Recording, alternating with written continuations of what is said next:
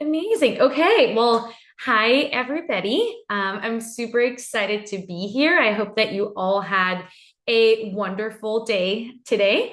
Again, just super excited to meet, or if we should say, meet you all and getting to work with you all when it comes to your mental performance. I appreciate that you guys are taking time out of, I'm sure, your really busy week to join me tonight for this session. This will be the first of series of meetings that is planned from now on till March, if I believe. So I will, of course, let you guys know what the plan is for that. But today will be the first meeting. Again, so super excited for that. One thing that I do want for you guys to keep in mind is that you are more than welcomed and more so encouraged to participate and share your thoughts and your insight. And if you have any experiences or any comments that you'd like to make or share at any point, please do so. You can do that by either unmuting yourselves. If you feel comfortable doing that, I would say that using kind of the raising your hand function might be most just easier in that case, just if more than one people want to kind of speak at the same time. If not, then of course we can use the chat. If you have questions at any point, like always, just feel free to add them in the chat. Or again, unmute yourselves. I love when I see athletes participate and share. Today, I will be doing most of the talking, so kind of leading the session for sure. But in the future, the goal as well is for these to be super interactive, where you, again, guys get to ask questions, share your thoughts, and learn from each other as well, because your experiences are super valuable. If some of you aren't comfortable asking questions or sharing your thoughts in the chat, you can send them to me like in a direct private message if you feel more comfortable doing so. Just keep in mind that if you're asking a question directly to me, I will of course read your question out loud, because I do think there's a lot of value in that, unless it is, of course, super personal or I did indicated otherwise. But I will share it with others, but will not say your name. So that's kind of how we'll keep it more private. But hopefully we will build this great community, which you are all part of an awesome community already, but we will build this community when it comes to our mental performance training and being able to just be able to learn from each other, support one another, and also have great discussions around mental performance during our meetings. But also, hopefully, you guys will be able to continue having these conversations, even like between meetings as well. So I do see that there's a question already. So in terms of getting the calendar invites, yes, you will. So even by the end of today's meeting, I will let you know what the date is for the next one. So there will be one more session before 2025, which is crazy to say already. So one more session for athletes, coaches, just athletes again of all disciplines, including juniors. There will also be, and we'll look at that at the end, but a session for coaches as well, specifically before the Christmas break. And then after that, it'll be in January 2025. So I will try to send the meeting invites as quickly as possible. Please know that if like today I chose a Thursday, that's kind of what makes sense in terms of even my schedule in this time of year. But if you have any feedback around time, so I chose again 7, felt like that would be a good time where everybody's kind of home back from work. It's also not too late where we're all just not just so tired, but also not too early that we're all rushing.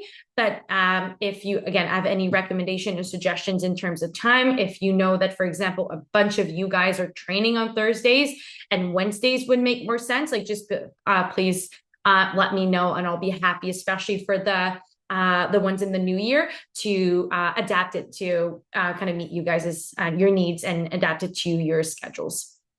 So we'll try to do that as quickly as possible. And again, based on your feedback and talking about feedback, of course, even when it comes to the topics of our sessions, as well as even delivery, content, whatever it may be, I'm always open to feedback as well. So if you have any for me by the end of this first meeting, or even after a few sessions, just always feel free to let me know. I am also trying to always find ways to keep getting better and for these meetings to be as engaging and entertaining, but also helpful as possible. So please let me know if you have any feedback. So of course, I will quickly introduce myself. So my name is Chloe, and I am a certified mental performance consultant. So I do have experience as an athlete as well as a coach, unfortunately not in shooting. So I was a softball and a ring athlete, still am, not at a competitive level anymore. Some of you may have noticed already from the accent, but I am from Montreal, Quebec. So French is my first language. If any of you speak French, then you for sure can ask all your questions and share all your feedback and insight in French as well. Shouldn't be too much of an issue. I would say we will be good understanding each other, but if at some point I am not making any sense, or if I keep saying a word with either a really, really bad accent on it, or I don't say it properly or pronounce it properly, just please let me know. And I'll do my best to adjust. But yes, from Montreal, I did my bachelor's degree as well as my master's degree at the University of Ottawa. So it was in Ontario. So both at the University of Ottawa, and I've been a certified mental performance consultant since 2020, which was a big year, very eventful, especially for sport. But that's when I started my career as an MPC. And I've been working with athletes from a variety of sports, different competition levels, from like student athletes up until, of course, national team members, both on the Olympic and Paralympic side as well. So I've been very fortunate to have been able to travel with athletes, attending camps and competitions all over Canada, as well as all over the world. And so I've been enjoying, of course, every day that I've been lucky enough to work with great athletes such as yourselves since 2020. I am a professional member of the Canadian Sports Psychology Association, so from since 2020 as well. And I've also been the mental performance consultant for the Shooting Federation of Canada since 2020 as well. So almost going on 4 to 5 years at this point, working with our national and dev team members, as well as some of our juniors. So I've been super lucky working with the SFC. I've gotten to know all about your sport, which I know some of you, even on this call, were there and around when I first started. Just to let you know, again, not a shooting athlete. So I think at the start, I didn't even really know what the difference between some of the disciplines were, or even some of the words or language that was used. So I've come a long way.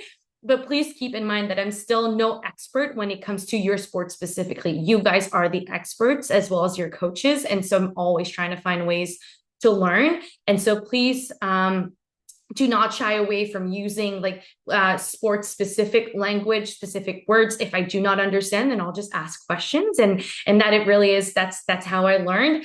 Some of your amazing teammates and peers have been awesome, again, since I've started working with the SFC and trying and helping me understand your sport and all the different disciplines and the nuances and how amazing and unique of a sport it is. And they've been super patient with me and awesome. And I do know, though, that I still have a lot to learn. So I'm always open to learning.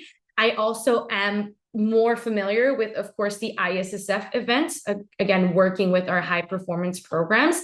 And so if there are any events that you're competing in or that you're participating that aren't ISSF events, then I'm always just super eager to learn about them and just, again, like broaden my knowledge when it comes to shooting. And so as you can tell and see maybe from some of the pictures as well, I have been lucky enough to travel with our high performance team members to Santiago in 2023 for the Pan Am Games, as well as to the CAT Games in Lima in 2022.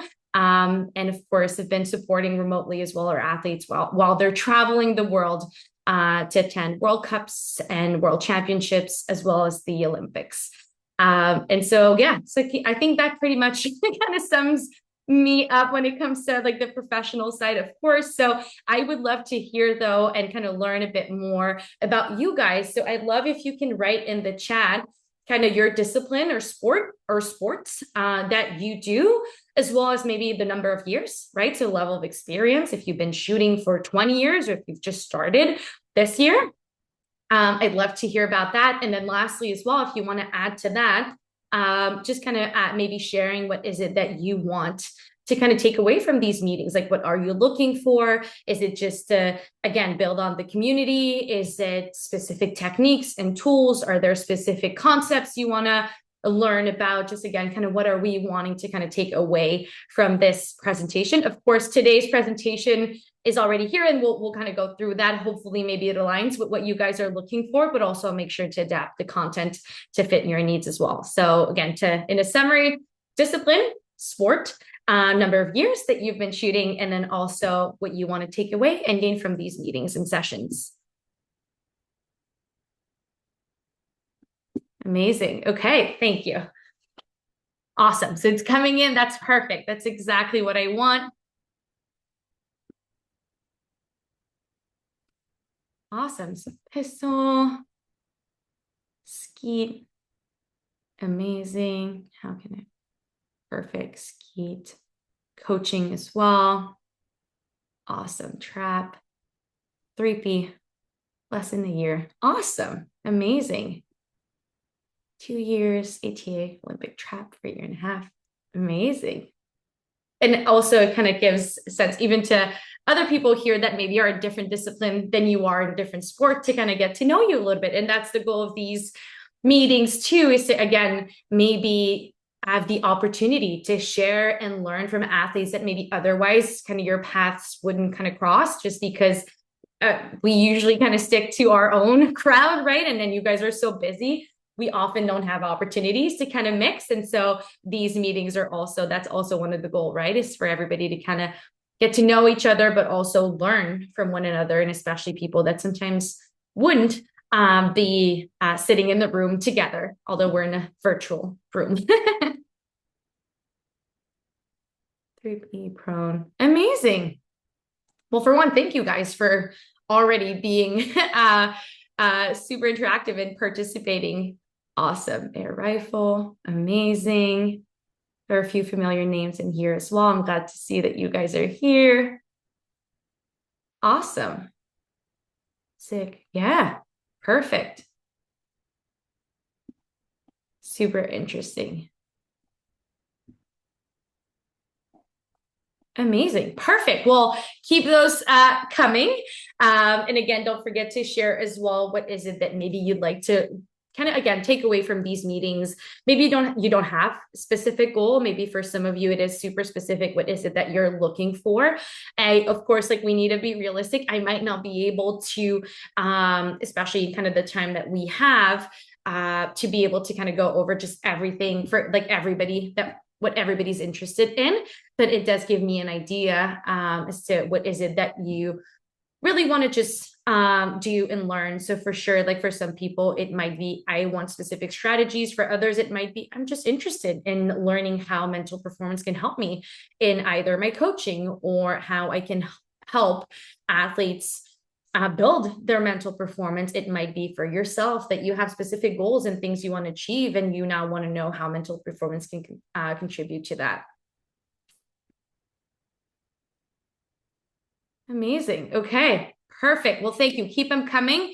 I will for sure go through all of them as well after the presentation, because you guys are awesome. And I think there's maybe about 20 of you guys here. So I do not want for you guys to just have to look at me while I read all of them. So you can kind of scan through them. I am doing that as well, but I will make a point of reading all of them thoroughly when the meeting's done, and especially when it comes to, again, getting to know you guys, your disciplines, what is it that you do, and also what is it that you want to kind of gain from these sessions. And one thing that's awesome, even now kind of reading through it quite quickly, is there are, again, athletes from all like different sports and disciplines, different level of experience, coaches, athletes, whether with a lot of experience or even juniors, or kind of athletes that are maybe new to the sport. And I think that is awesome. And I love seeing a group like this where it is where that we have, again, people, all different backgrounds, different experiences, different knowledge. And I think this is amazing because we can all learn from each other,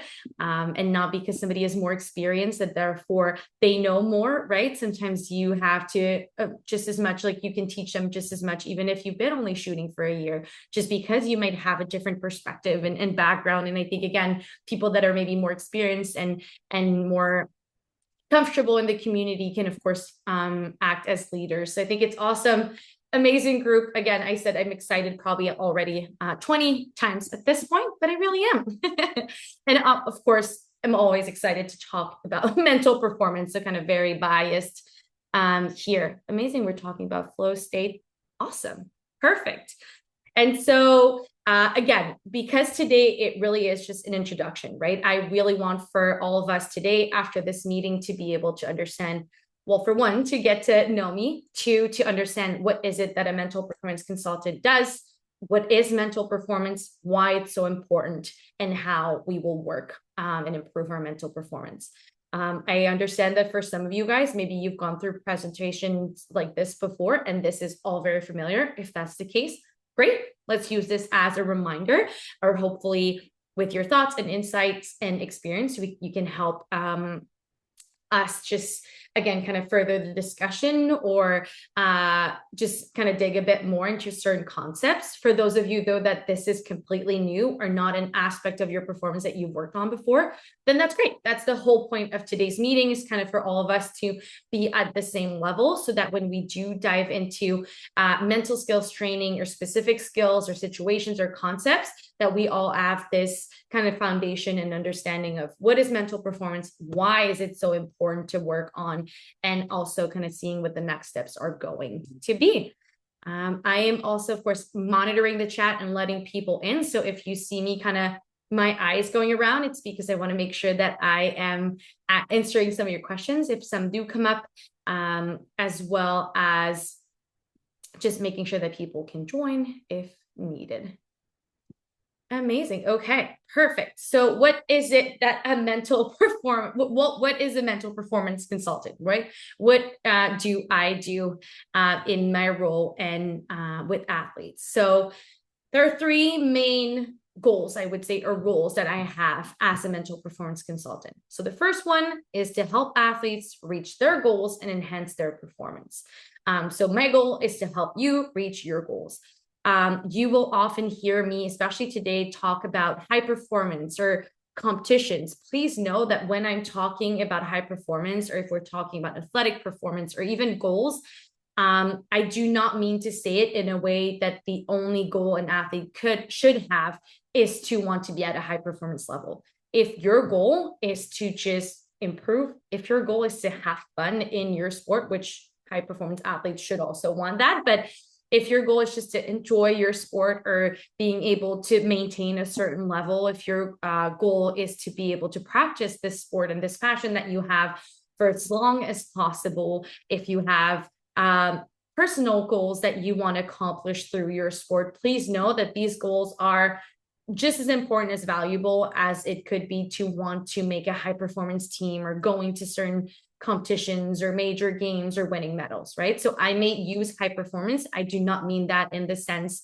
that everybody should want that or strive for that, but more so just wanting to be your best, right? Being at your best and accomplishing your own goals.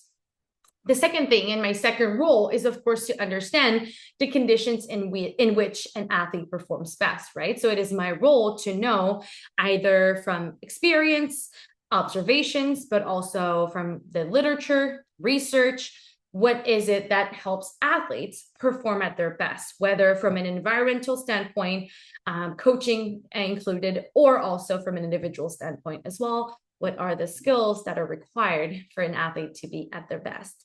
And then lastly, my role, of course, is to support athletes through the development and acquisition of different mental skills. Basically, I meet you where you are. And so, of course, some of you guys have years of experience. You probably have worked on your mental skills before. And my role is to help you continue to grow and improve and also optimize those skills. If you are completely new to this, you've never worked on your mental performance before, then great. We're going to learn about new skills and we're going to find ways to build great habits and implement those skills and train them as well, right? So it's kind of I meet you where you are, where regardless of your level, we're just all wanting to be better and improve and grow over time. So with that being said, one thing that's super important to understand is that there are 4 different elements to an athlete's preparation. We have the technical side, the tactical, the physical, as well as the psychological. You will see that all 4 of these pictures I've taken myself.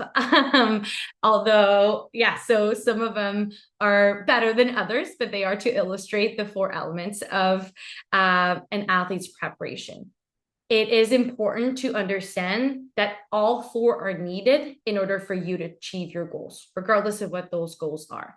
So for one, when we talk about the technical, so what is the technical aspect of sport? Well, technical is, again, kind of pretty self-explanatory, but it is everything regarding your sport that from a technical standpoint will allow you to reach your goals. So it could be from, again, positions, holds, it could be like your sight picture, whatever it may be, everything from a technical standpoint that will allow you to reach your goals and have a good performance. When we're talking tactical, that includes communication, collaboration with coaches.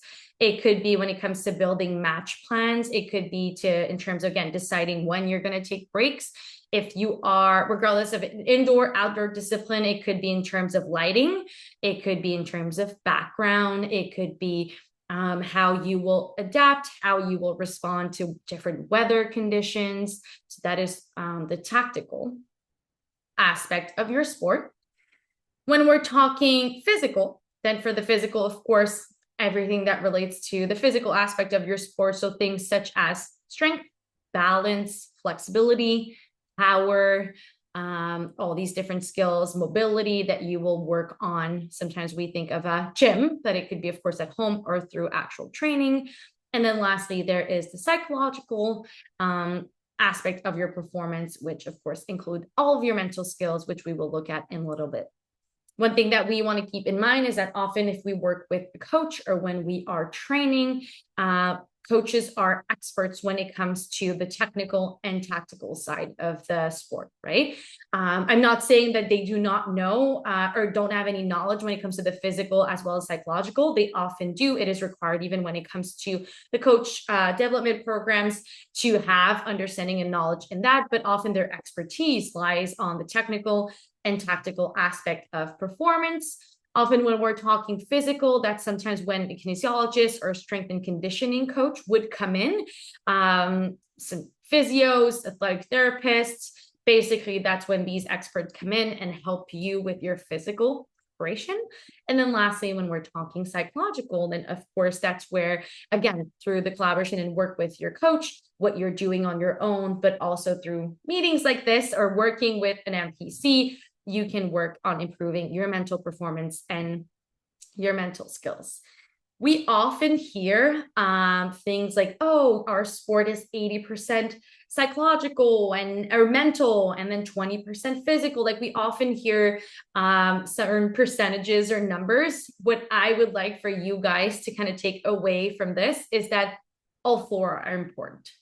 There will be a different time of year, different time in your career in terms of your level of experience where you will have to prioritize certain elements over the others. And again, over like even the span of a competition year, there are moments in competition preparation or post-competition recovery in the competition phase that you will prioritize different aspects of your performance. But please keep in mind that it's not an either or, it's not one that's more important than the other. It's all 4. If we want to reach our goals, regardless what that goal is, we need to make sure that all 4 is included. Of course, they'll look different. You may actually train the technical side of your sport for hours in a week. And when it comes to the mental side, we're not asking you to train these skills for 4 hours a day, right? But it's making sure that you are doing what's most optimal in each of these categories. in order to be at your best. There we go. Exactly. In competition, having a positive mental attitude won't fix bad triggering technique. Exactly. Right. So again, I'm not saying that my mental prep's the best. Not at all. I have to work at it every day, just like you guys do. But my thing is, like, even if I work on the mental side of it all, I still don't know how to shoot. And that would not make me a world champ by just working on the mental side, right? Not saying that I'm perfect at it. I have the expertise and I have the knowledge. Doing it is often the hard part, right? And I think that's the case for everybody in all our different expertise. But it is important to work on all four, right? I can be the strongest and have the most like flexibility and power. If I don't have the right technique, then there's really no point, right? I can have the best technique. If I cannot adapt to different weather conditions, it'll be very hard for me to execute it. And the same way where I could have an amazing technique, I can have a great understanding of my sport from a tactical standpoint. I can be the strongest, the one with the most balance, the most power. And yet, if before every competition, I have so much self-doubt that I make the wrong decisions, or that I feel a lot of anxiety before competing, then it will be hard for me to execute and use all the other skills I've worked on, right? So it's not, again, one or the other, it's all of them. We need to prioritize all of them. The thing though, is that there we go. There's one that we often forget about or that we do not prioritize over the others. And that is the psychological aspect of it all, which is why, of course, I'm here today. But I would say that in most sports and in general, we do dedicate a lot of time to technical and tactical training, so actual training sessions. We often dedicate a lot of time as well to the physical aspect of our sport, especially knowing how beneficial just even physical activity is to our overall mental health and well-being. But often we forget about the psychological side. There are multiple reasons as to why we may not prioritize it. Sometimes it might just be that we don't know how, right? We don't know who to turn to, what to do, where to look. Maybe sometimes we might not see the point of training the psychological aspect of our performance. Sometimes also what's hard is that we often might not have as many reminders as to why the mental side of it all is so important, unless something kind of goes wrong. And that's when it kind of clicks of just like, ooh, I need to work on this. Whereas we kind of have this already like foundational understanding that we always need to work on our technique. We always need to work on our physical aspect. We need to have a plan from a tactical standpoint. Often we do not think or consider the psychological to be as important unless there's something that kind of goes wrong, which is not how, of course, we want to look at it. And so, of course, by you guys just being here tonight, I'm sure you guys have, again, maybe worked on this before. I've had conversations around this before, but as I've just mentioned, the psychological side is just as important. It is often thought that the psychological side or mental side of our game is just something that's completely different. Like you train your technical skill, you train your tactical skills and your physical skills. And when it comes to the mental, it's different, right? But mental skills you need to train just as you do for everything else. We also often think that it's only valuable to train our mental performance when things aren't going well or when there are issues or when we're struggling, which of course that's their mental performance is there to help with that as well. But please keep in mind that even if right now you're thinking, you know what, no, I'm doing well, I'm so happy with my performance, I am proud of myself, I'm accomplishing all my goals, then mental performance can still be very valuable in identifying and understanding why it's going so well and making sure that you can be consistent over time. The one thing, again, we just need to keep in mind is that the psychological side will have a significant impact on performance, and especially as we gain experience. So as we talked about earlier, like in a year, you will prioritize these different elements at different times, but also over the span like of a career, right? As you get more experienced, and as you get more comfortable and knowledgeable when it comes to your sport, often the gains that are to be made from a technical standpoint or even tactical or physical might be more limited than they are when you were first beginning, right? I'm sure that if I was to start shooting tomorrow, I would make huge gains just through like after a few training sessions because I started at nothing, like at zero, right? But as you get better, the improvements get smaller and smaller, right? And so you also get to a competition level, or you get to a shooting level where, from a technical standpoint, technique's good.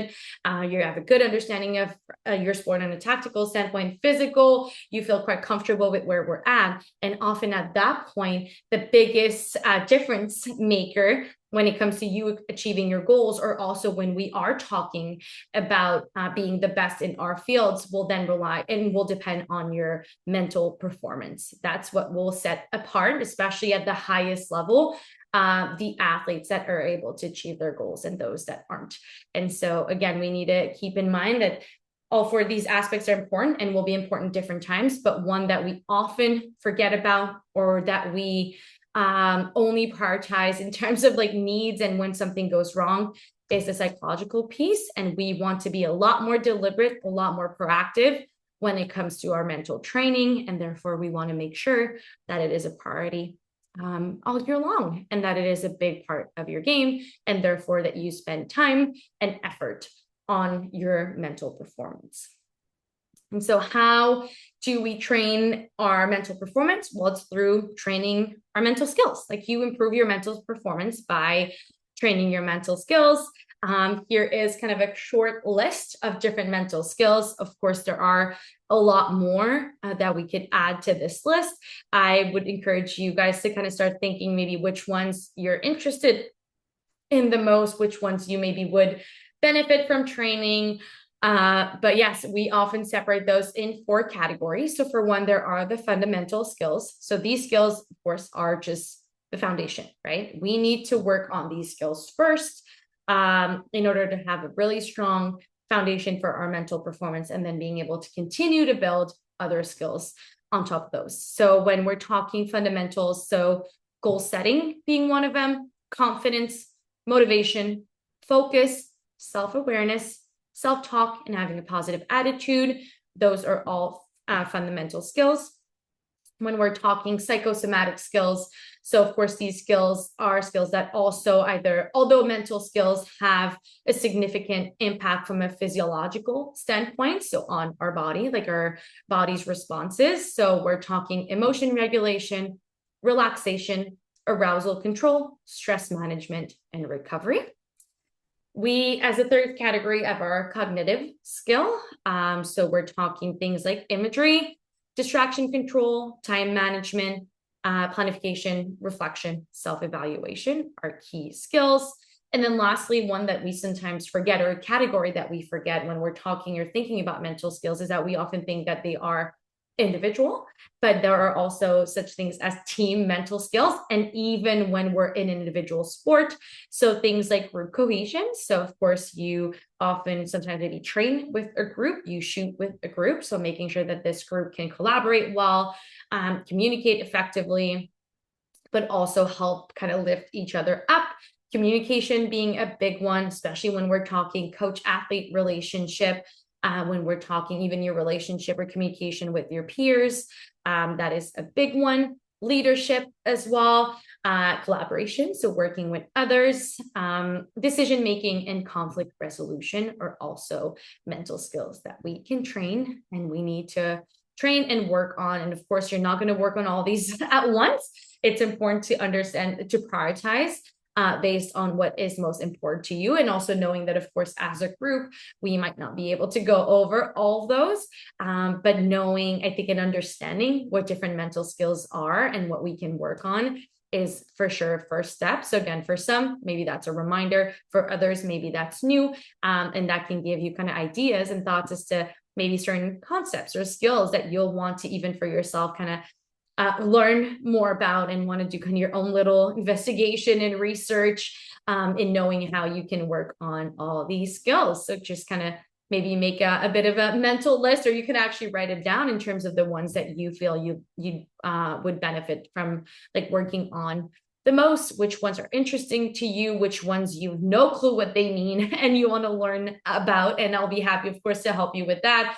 but also knowing that you can also, I encourage you to do your own research, to read the books, to go on Google, to read the articles, listen to podcasts, of course, making sure that they are great, valid sources. But other than that, I encourage you to also kind of do your own training, but also knowing that your coaches do have a lot of experience sometimes with these skills. And so sometimes even bringing it up in training situations might be a great way to kind of start that conversation as well. What we need to understand when it comes to our Winning in Mind is a great book. Yes, so that's one I know for athletes and shooting specifically. That is one that I've heard about before, read it as well. So yes, this is one great reference. And so again, that's amazing. You are all welcome to share what resources and books or podcasts or whatever it may be that you guys kind of gravitate to, so that we can all have a chance to maybe look it out, check it out and learn from it. So of course, our mental skills, what we need to understand is that they will be with us and key every step of the way when it comes to performance. So we often think of our mental skills as the skills that will allow us to compete at our best, right? To compete, to train at our best. But it's important to understand that our mental skills will be helpful and useful every step of the way when it comes to learning, growth, preparation, and execution. So when we're talking learning, our mental skills allow us and help us learn about ourselves, right? About our habits and patterns. So again, when that self-awareness, they are also key when it comes to learning new skills, whether technical, tactical, physical. Our mental skills, whether it comes to confidence, effort, motivation, concentration, allow us to learn effectively, and also even some of our reflection skills. So when it comes to evaluation, reflection will help the learning process in knowing and being able to go back to previous experiences, what worked, what didn't, and being able to optimize the learning process. When it comes to growth, of course, again, reflection skills will help us understand what is working, what is not working, what we need to prioritize, what we want to work on. Our skills as well, such as motivation and goal setting, will be key when it comes to wanting to improve in terms of your overall performance. I need to know what is it that I want to do and where I want to go, and also why I want to put in the effort. And also in terms of growth, building great helpful habits will also be key in seeing that overall progress and growth. When it comes to preparation, of course, our mental skills allow us to build great routines and plans to prepare for not only training as well as camps and competitions, right? It's because of our mental skills, our self-awareness, our self-evaluation, reflection, confidence, that we are able to create solid plans, either yearly training plans, competition schedules, shot plans, whatever it may be. Our mental skills allow us to do that. And then lastly, when it comes to, yes, the execution piece. So while you're training or competing, being able to execute said routines and plans, being able to, as we mentioned earlier, use all the skills that you've learned and worked on from a technical and tactical standpoint, because you are mentally in the right space to do that. And then lastly, all of your self-regulation skills as well will come in play when it comes to again, execution, right? And so we will look at that later, but when we're talking arousal control, stress management, emotion regulation, of course, that's when all of our skills come in. Do you think, is there a question? Trying to monitor the chat. Do you need a coach to create training plans, or are there good online resources for this? So I will say that when it comes to overall training plans, often coaches will be really, really helpful with that. When it comes to actual training plans from a technical and tactical standpoint, I'd say coaches are the best resources. Maybe you guys are aware of more. When it comes to mental skills training plan, which we will look at in our next meeting, I will say that there are, yes, great resources online. Hopefully our meeting will become a resource as well. I can be a resource too, and a coach too can help a lot with that. So why are we, let me see. Perfect. So when we're talking, arousal control, great question. So arousal control is basically being able to regulate our level of activation. So our psychological and physiological activation. So when we're talking either being super heightened, almost like, again, anxiety, panic, being at the top of that scale, or being completely calm, almost asleep, being at kind of the bottom, if we were to put it 1 to 10. Arousal control allows us to, again, skills with use different techniques, whether it's breathing, whether it's actual like physical tools to find that right level of arousal that helps us perform at our best. So not being too high on the scale, so not being like close to panic or too activated, or being too low where we're now bored, tired, asleep, and not being able to focus properly. So arousal control is the ability to kind of navigate through that, find your perfect spot for you, and use a different technique so that if you're a bit higher one day, being able to lower it. And if it's the opposite, if you're a bit too low one day, being able to increase your level of arousal so that you are at your best in competition. So hopefully that answers your question.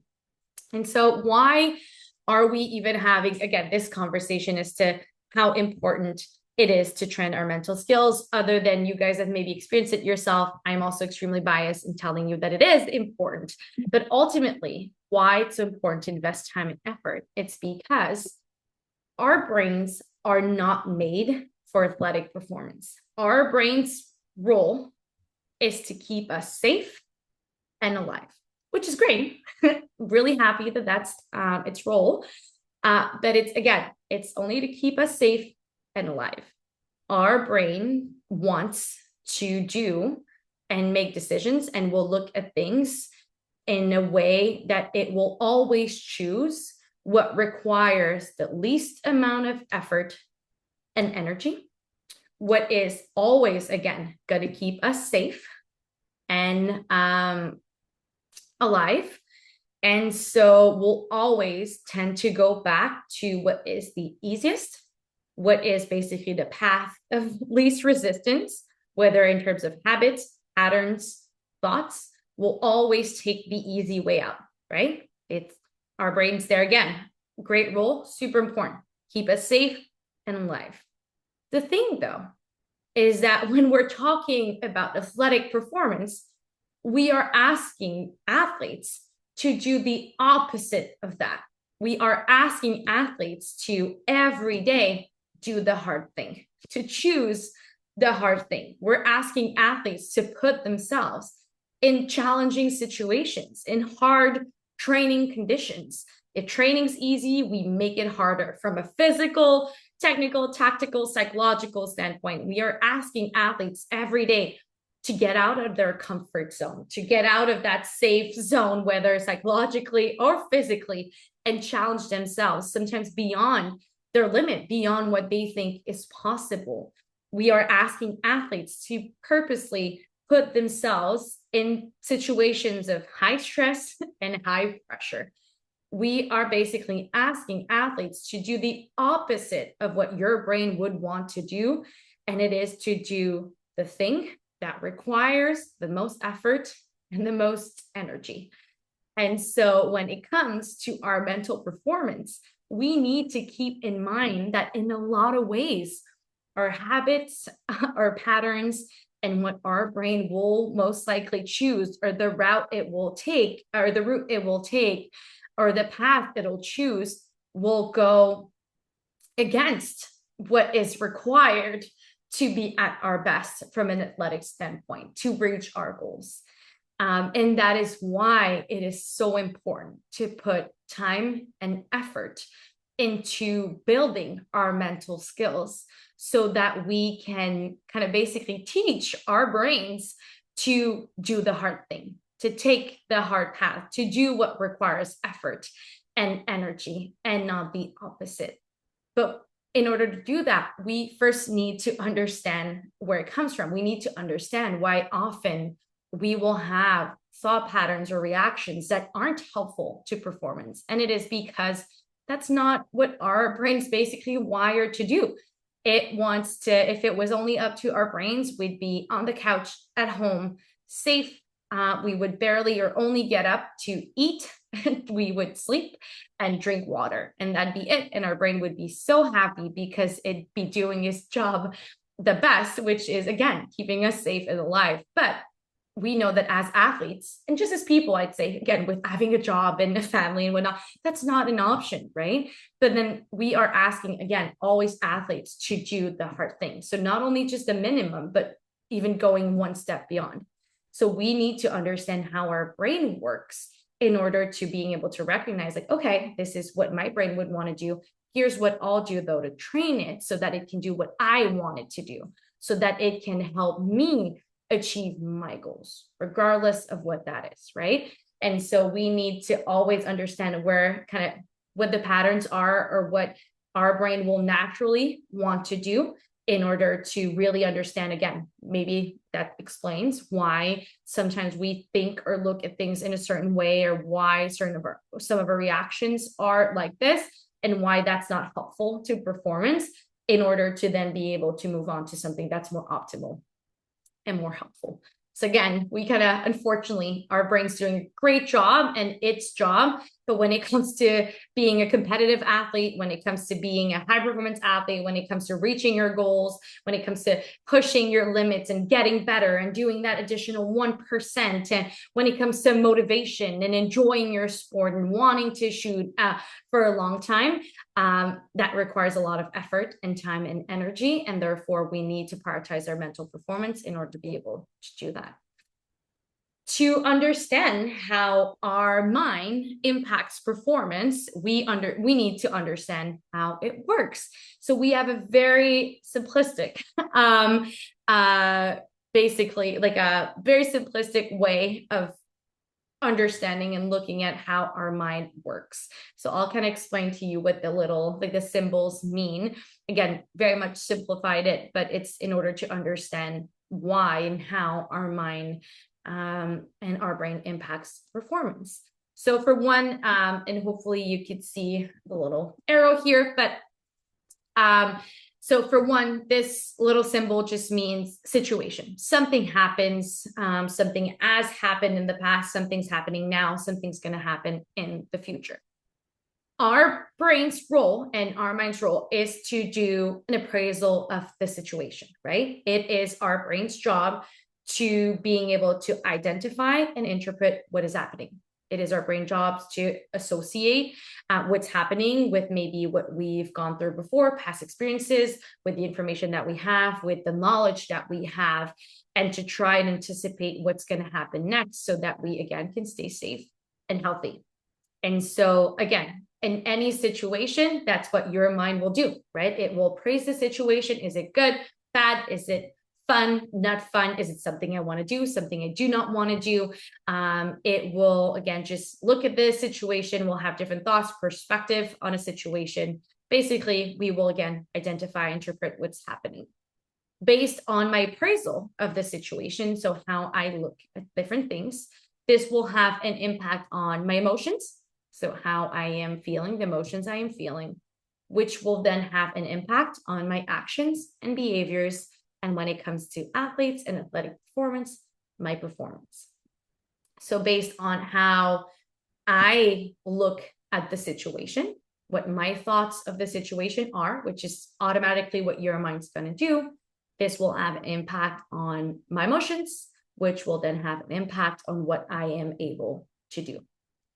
So we, of course, can understand that when my appraisal of the situation, when my perspective, when my perceptions of the situations are optimal, that will lead to optimal performance. But kind of going back here to our brain, and our brain not being made for high performance, our brain will often take shortcuts. It will try to be as quick and as effective as possible.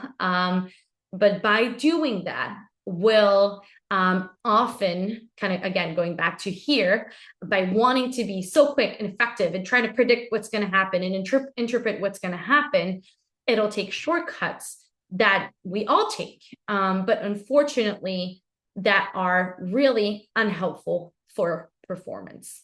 And I would say in general, overall well-being as well. And these shortcuts or these unoptimal, ineffective ways of looking at a situation are what we call thinking traps.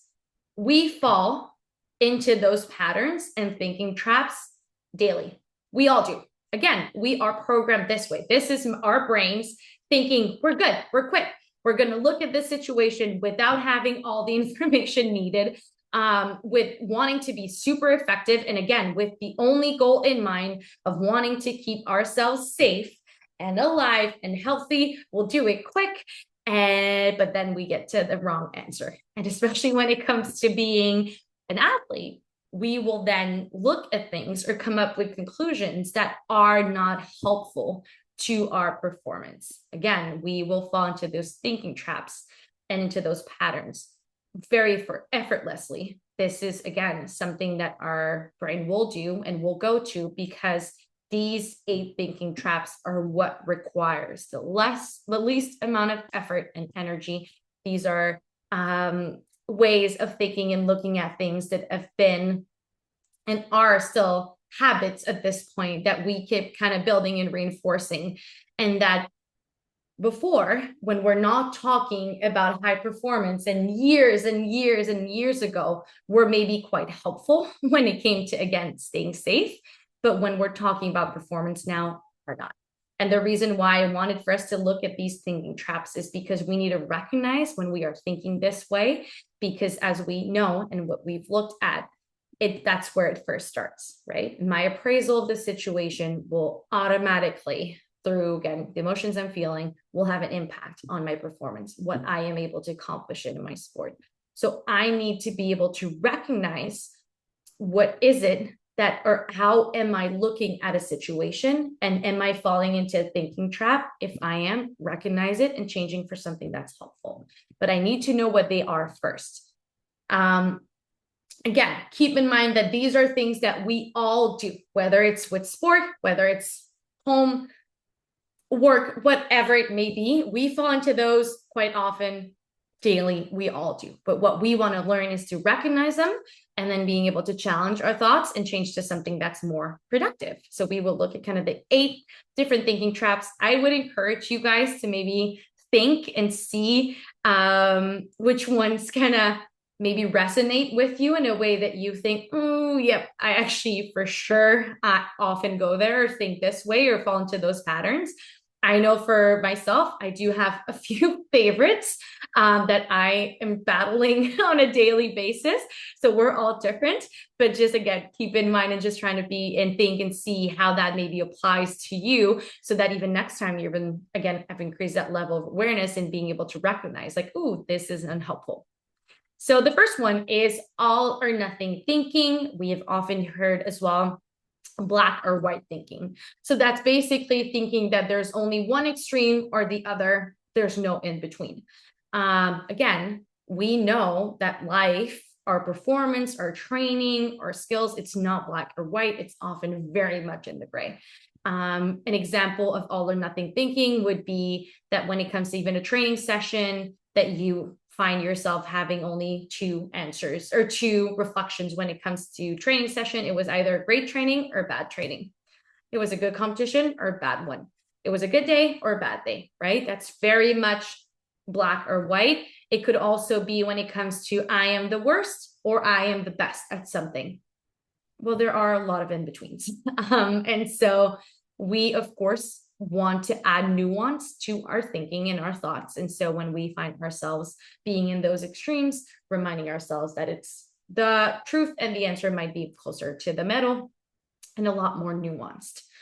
The second thinking trap is jumping to conclusions. So that is forming an opinion without any evidence. Again, that's your brain just wanting to go super quick to keep you safe, but often guesses wrong, especially when it comes to performance. So again, it's just coming and forming an opinion without the evidence. So it might be that just by looking at who's on the field with you or who your competitors are, going ahead and thinking, I will lose. It might be that after 5 shots in your match, already thinking, this is going to be a bad match, when there are 55 more to go, or regardless of what your discipline is, right? It might be that before the match is over, thinking people will be disappointed in me, like my parents are going to be disappointed in me. That's me trying to, again, form an opinion without really knowing what the facts are. And often, again, because your brain's trying to do it so quickly, it's often wrong. And so we want to just stay present and make sure that if we are coming to a conclusion, that we do have all the evidence that allow us to make up that conclusion. The third one is ignoring the good. So that's discounting or ignoring the good things that have happened or that you've done, right? And especially as athletes, I feel like in a lot of ways, athletes have learned that the best way or the way that they will get better is by being super critical of themselves, by only focusing on what's not working, right? So again, end of a practice, being able to write down everything that went wrong. And then even if there was some good, it doesn't count. It's not important. Doesn't matter. The only way I'll get better is by focusing on what hasn't worked well, right? And so when it comes to, again, ignoring the good, it's basically saying that what went well isn't as important as what didn't when it is, right? So the good, the things that you've done well, the things that you that have happened that are positive, they always count. There's a lot of value in identifying and recognizing the good. So we need to remember that when we are in a position or when we are in a situation where we're feeling like, this doesn't matter, it does. It does. It matters just as much as all the things that you need to work on, and sometimes even more from a confidence standpoint. So we need to keep in mind that we will have a tendency to focus on or discount the things that are good, just because we feel they're not as important, they're not as valuable, they're not as meaningful. We will not get better by focusing on the good. But that's not true, because you will, right? We need to know what's working in order to keep doing it. You also need to know what your strengths are and what the good is so that you can appreciate it and have gratitude, but also have confidence. The next one is magnification. So that's basically blowing things out of proportion. We tend to make things bigger than they are. We hear that often in sport. This is the most important match of my life. This is the most important time of my life. This is the most important time in my career. This was the one time I needed to be at my best and I didn't. Sport is important. You have a passion for your sport. You want to be at your best and you want to feel successful, but we also need to look at things for what they are, right? This is a match. It is an important match, but it's a match. It's not the match, the one match that you will have in your life. You'll have plenty more opportunities, right? And so it's knowing and being able to look at things for what they are rather than making them bigger, because the only thing that it does is add pressure. And then ultimately that's when we're not able to be at our best. Should statements are also very unhelpful. It is when we're thinking that we could have known some things that we could not have known in the time, right? We are really good at doing that and adding a lot of guilt in terms of, I should have done this, I should have done that. That is unfair. That is your brain, again, putting things together, making you feel like you had the information before when you didn't. Of course, very easy for me to say I should have done something when I now know the outcome, right? If I know I didn't compete well, I should have trained more. If I got a 40 on my test, I should have studied more. Of course, I now know the answer. I know the outcome. I know I've gotten a 40 on my test, right? And so we need to, again, stay away from the shoulds. They are never helpful. They never are, because again, you're making yourself feel guilty for not knowing something that you could not have known in the time. We also have another thinking trap is emotional reasoning. So that is assuming that because we feel a certain way, then what we think must be true. But if we go back to our little figures here, we know that emotions come after and are based on our thoughts. And so emotional reasoning is basically kind of flipping the two and thinking that because I feel a certain way, what I think is true, which is not the case. The reason why you feel a certain way, it's because of your thoughts, does not make it true, right? It's based on your own interpretation of the situation. So for example, being like, well, I am disappointed, so therefore I did poorly. No, you think and perceive that you did poorly, and that is why you're disappointed. Your emotions aren't a confirmation that your thoughts are true. They are a consequence of your thoughts and perceptions. There's also labeling, which I think this one's quite obvious, assigning labels to ourselves or others, that we're not good enough, that we're not a great athlete. We, of course, need to be kind to ourselves, just like we are to others. And then lastly, mental filter is when we only pay attention to certain type of evidence to, again, kind of come up with a conclusion or a thought. So again, something like being able to, or looking at a match, and in order to be able to say if it's a good or a bad match, only pay attention to half the shots. You don't have the full picture, right? But often we do that. We go back and we look at the four shots that we've had. Yes, yeah, that could be similar to confirmation bias. Yep. And so, yeah, so it's kind of, again, going back and looking at what is it that you feel is important and relevant in the situation, so that, again, proves kind of what you're thinking, but also knowing that, again, as athletes, we may feel like certain things are more important than others, and therefore we will only look at those things. But ultimately, when you are evaluating a performance in a match, you can't only look at 3 shots. You need to look at the full thing, right? And so we need to make sure that when we are, again, evaluating our performances, when we're looking back, doing reflection, that we are looking at the whole thing, that we're not just picking and choosing what feels right. And it could be in a kind of unhelpful, negative way, but also positive. Like if I'm only looking at the 3 great shots I had and the rest of the match really wasn't good from a technical standpoint, that's not better, right? And either way, I need to look at the full thing in order to grow and be at my best as an athlete. But often what we will do is we'll pick and choose based on experiences, based on what we've learned, on what's important and what's not. And we will just kind of not pay attention to everything. We need to look at the full picture.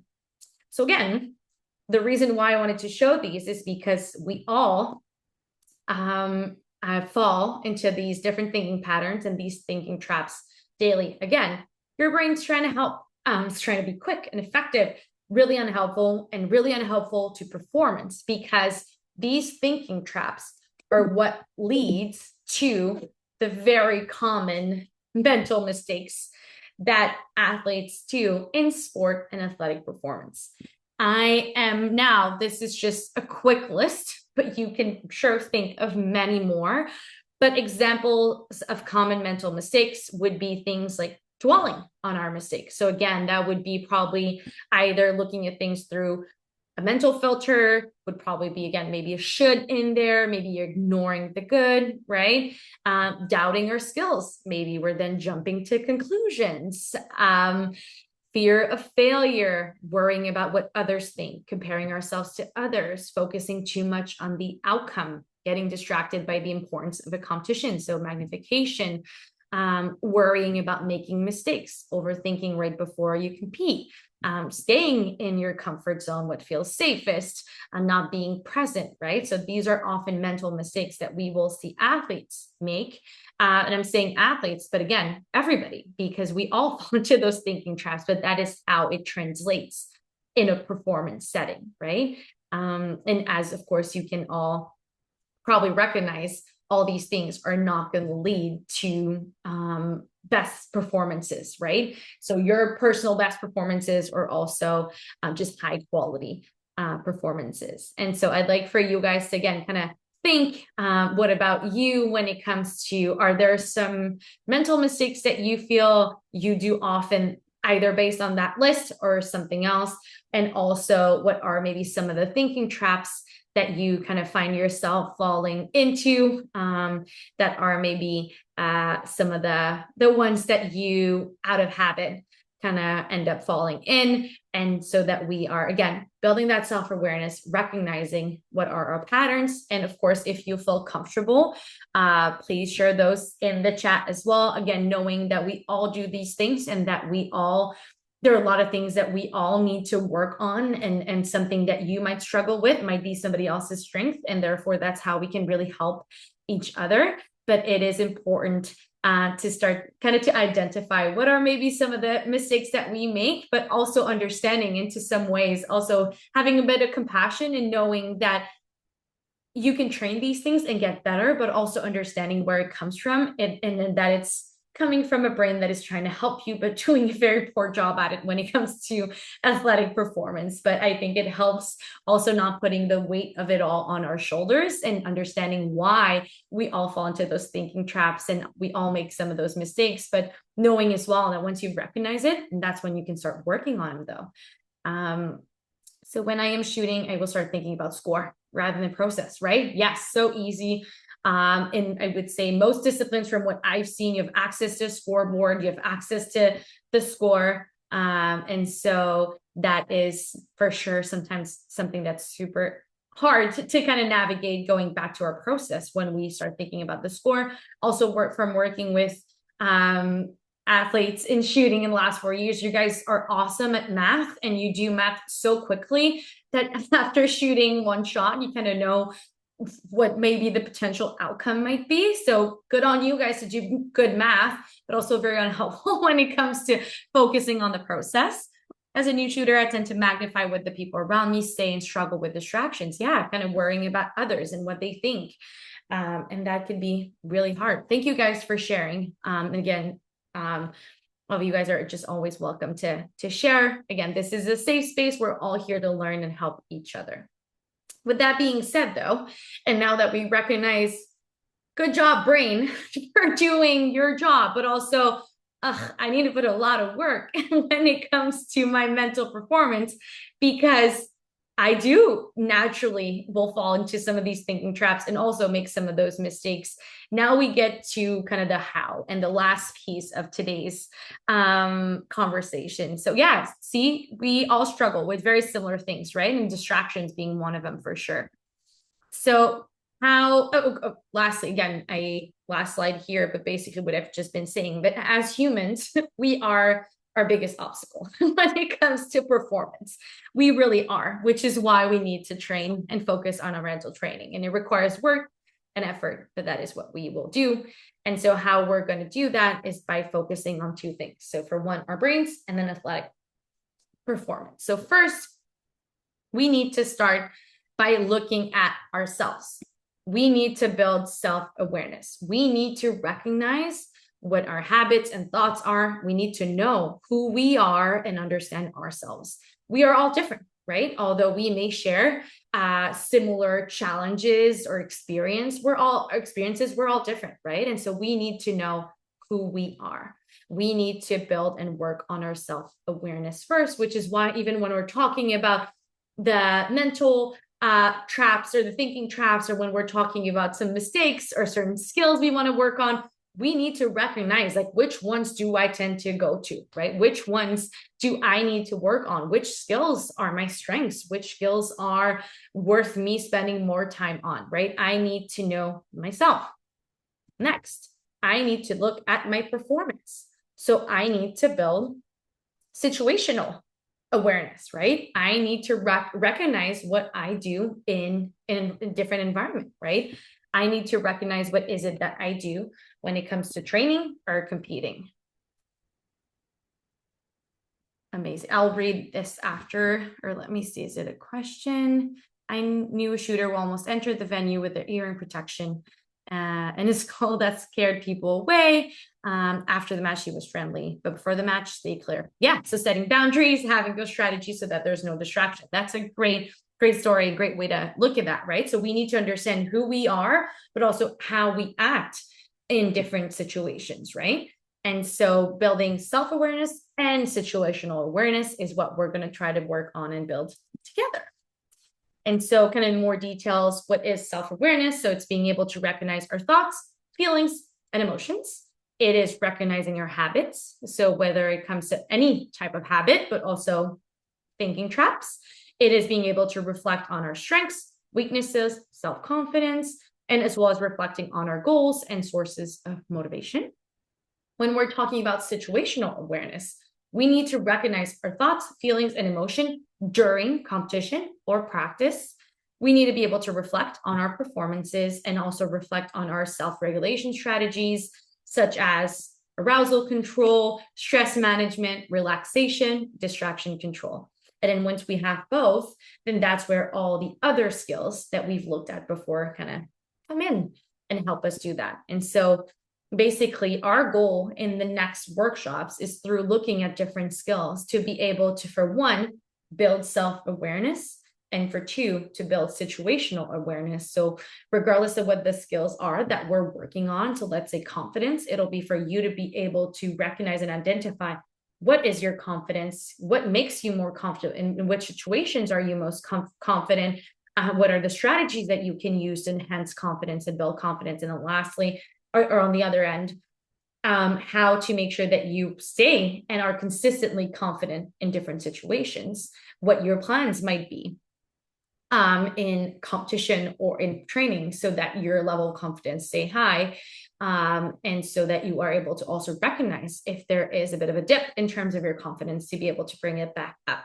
So this is just as an example, but this is kind of the framework that we will use, but also that even for yourself and now moving forward, and maybe something that of course you've done before as well, do not want to take anything away from those of you guys that have put a lot of work and effort into this, but to really, again, build that self-awareness, situational awareness. And what we will look at as well is learning and understanding and optimizing our different mental skills.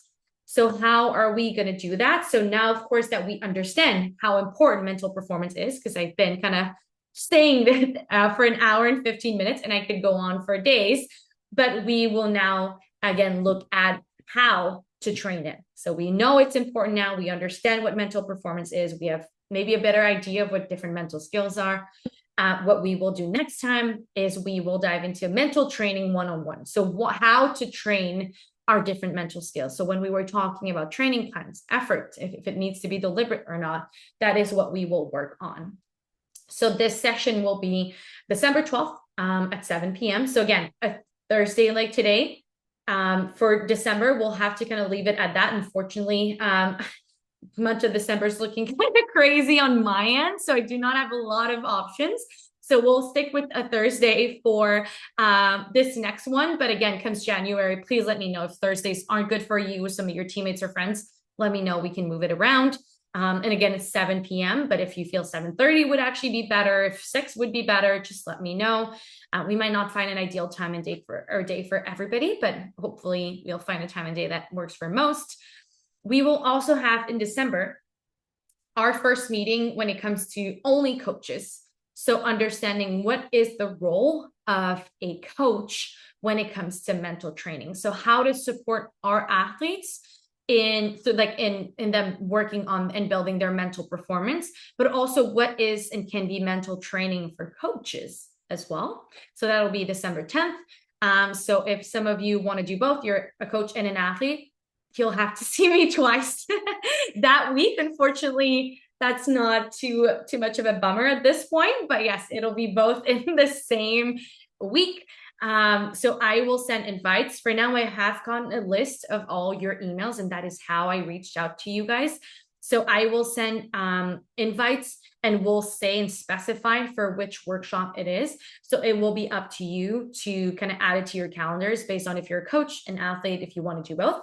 But please keep in mind that there are some for coaches, and then one for everybody. And then lastly, just in terms of a bit of a plan for January, so I will send the dates or kind of calendar invites as soon as possible, but please keep in mind that there will be kind of big group meetings again. What we will do as well is do discipline or sports specific presentations. So it might not be in terms of actual concepts or skills. We might look at the same skills across all disciplines, but our goal with that is having maybe smaller groups where it could be a bit more conversation based, like more discussion, more interaction. It is hard, and you guys have been awesome, but with a group of 30 to even sometimes feel comfortable unmuting ourselves and sharing our thoughts and ideas. So we will sometimes split the different disciplines so that we have smaller groups. So technically, the pistol team or athletes will go over the same skills as the trap athletes would for now. But again, smaller groups, more conversations. Again, with time, could it be a plan that we look at different skills based on different specific disciplines? Could be an option, but for now, that's how we'll do it. We also have a few meetings planned specifically for juniors. Because as we know, again, being like student athletes or being kind of coming into the sport, there are specific skills that are valuable to build early on in their careers. So we'll have junior specific presentations. And also one thing that I do want for us to do is kind of maybe one or two, we'll see again from a time standpoint, do not want for you guys to have 3 meetings a week for the next 4 months. You'll get tired and sick of me, but I do want to add like a Q&A or 2 Q&A sessions where basically I just answer your questions. And so there won't be a specific like topic or skill that we'll be working on, but more so just me answering your questions. And so in preparation for that, then you're all welcome to start kind of submitting some questions. And if I see that there's a bit of a trend there, then I'll make a point of covering that during the Q&As or during the other sessions. So that's kind of the plan when it comes to our work together. So again, today, a lot of talking on my end. For those of you that know me, know that I also tend to go over time. So today I'm quite happy that we'll be done 12 minutes early. I do love going and talking about mental performance, sometimes not respecting, not that I don't respect your time, I'm more so struggling to end on time. And so, yeah, that's kind of the plan. Today was more so me and us having a strong foundation, but the goal is in the future that it is very collaborative, that you guys share and talk, and you guys have been doing awesome already, but that it's a bit more interactive. So with that being said, I do thank you all for being here today. If you have any questions, please let me know. How we will do it is in the chat, or you can mute yourselves. But if you have a question that you'd like for me to answer today, can you please write today before your answer or after? If you have a question that would be for either upcoming workshops or for a potential Q&A that you just want to throw out there and do not need actual response right now, please mention it, either put Q&A or future near it so that I know which are the questions that you guys would like for me to answer now, and which are the ones that we would just we'll make note of and answer in the future. If you guys do not have any questions, then you are all, of course, free to leave. I really appreciate everybody's participation. I am super excited to get to know you all. I have put my email below. Of course, you guys all have it as well for me kind of reaching out for the workshops, but if you have quick questions between meetings, if you want to share thoughts, insights, books, if you're trying something new and you'd like to know what my thoughts are on it, or if you just like somebody to talk to that is a bit more kind of removed from your daily life, that is not a coach, not a teammate, not a partner, I'm always just super eager and excited to hear about what you guys are doing. So just always feel free to reach out, whether it is questions specifically for workshops or just in general or more individual stuff. So please do feel free to reach out. I'm again super happy that I get to now connect with all of you guys, and yeah, just feel free to reach out, and I'm sure we'll continue to do awesome work together. If you have any feedback as well, let me know, and if not, then have a great night. Thank you guys. I do agree. I feel like the time has flown by, but again, that's just because I could probably talk about this for hours. But yeah, thank you guys. Thank you so much. Happy to hear that you liked it. That's awesome. Perfect. I will also send a calendar invite for the next ones, but great that some of you did make note of them already. Amazing. Thank you guys so much. Thanks, Chloe. Thank you. Thanks for being here. So I'll be sticking around until all of you are gone. So if you're wanting to kind of stay behind to ask a question or whatnot, then you could just wait around. And if not, have a great evening and great weekend. And we will talk soon in 2-3 weeks, I believe.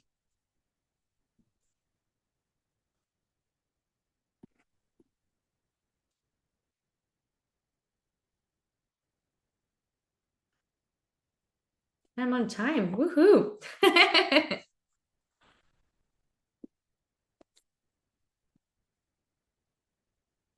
Thank you.